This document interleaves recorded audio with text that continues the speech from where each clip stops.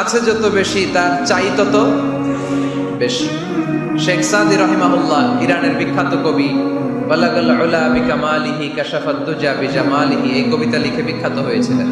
তো ওনার একটা সময়ে আর্থিক দৈন্যতা যাচ্ছিল, টাকা পয়সা ছিল না, ফলে পায়ে দেওয়ার মতো জুতা ছিল না। কি ছিল না?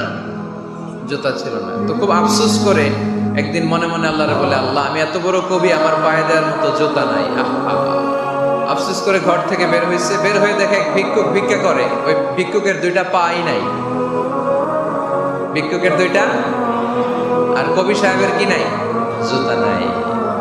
কবি সাহেব যখন এই দৃশ্য দেখছে, হায় রে, আমার তো পা আছে, এর তো পাই নাই, সেজদায় পড়ে গেল। আর আল্লাহরে বলে, আল্লাহ শুকর আলহামদুলিল্লাহ, বেশ ভালো আছি, আর কিছু লাগবে না। এজন্য শান্তি হচ্ছে শুকর আলহামদুলিল্লাহর ভিতরে।